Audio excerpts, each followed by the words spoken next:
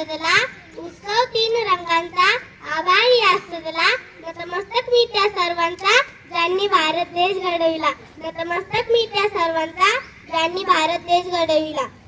सूर्याप्रमाणे तेज दिसणारे व्यासपीठ, सूर्याप्रमाणे तेज दिसणारे व्यासपीठ, चंद्राप्रमाणे शीतल छाया देणारे परीक्षक आणि चांदण्याप्रमाणे चमकणाऱ्या माझ्या देश बांधवांनो, सर्वांना माझा नमस्कार. माझे नाव मयुरी अरुण वाणी.